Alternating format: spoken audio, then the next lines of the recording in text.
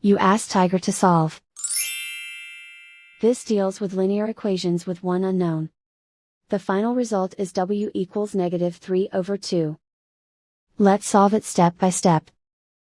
Simplify the expression. Group like terms. Simplify the arithmetic. Group all constants on the right side of the equation. Subtract 3 from both sides. Simplify the arithmetic.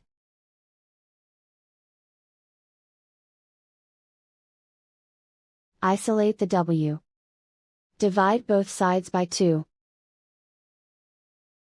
Simplify the fraction. And so the final result is w equals -3/2.